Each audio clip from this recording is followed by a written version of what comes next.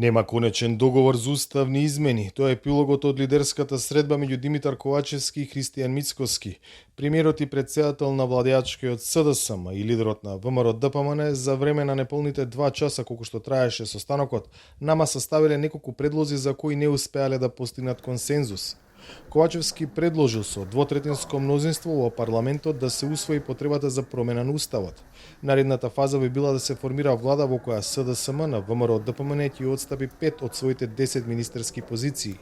Третата фаза би била за окружување на процесот на уставни измени, отворање и затворање на неколку преговарачки поглавја и дури потоа би се одело на парламентарни избори.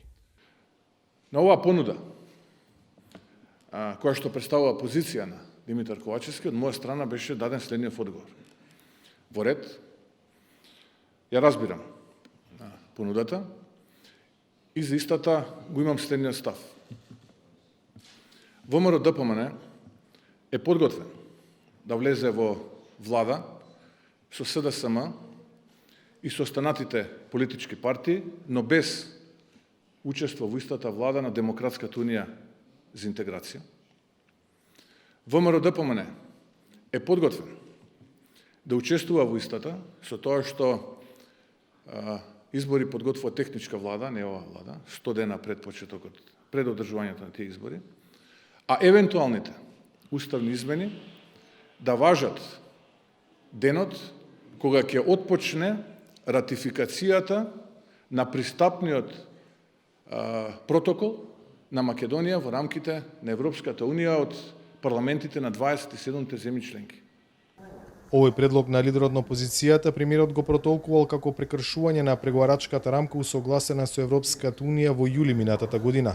Ковачевски дал уште една опција за одоброволување на ВМРО ДПМН. Уставните измени кои што ќе се донесат во своите завршни и природни одредби, како што веќе имало случај во минатото, да имаат одредба со која што важат во моментот на одржување на втората меѓувладина конференција, која што е практично и закажана без никакво одлагање по правењето на уставните измени во преговарачката рамка. Се друго вон тоа е разговор надвор од преговарачката рамка, бидејќи таа преговарачка рамка е донесена од страна на сите 27 земји членки на Европската унија. Двајцата лидери во опсежните изјави по средбата излегува и со различни оценки за состанокот и резултатот од него. Имаме нов став во однос на она што беше кажувано во минатото, дека по ниедна цена нема прифаќање на уставни измени. Денес слушнавме нешто друго и тоа е добро. Сметам дека имавме продуктивен состанок во знак на добра волја и сметам дека комуникацијата треба да продолжи.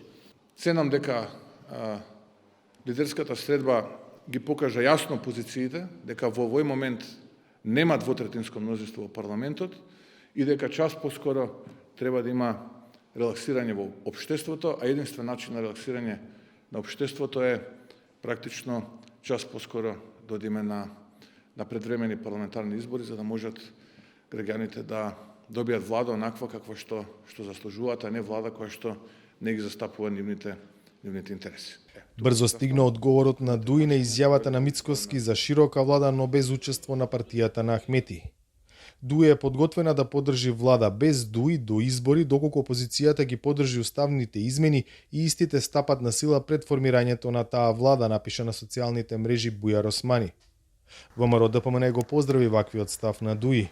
Останува Дуи, освен за опозиција, да се согласи за одложена примена на измените се до периодот на влез на Македонија во Европската унија, откако ќе се увериме дека нема други условувања за македонскиот идентитет, напиша од опозицијската партија. За Гласот на Америка, од Скопје, Владимир Мирчевски.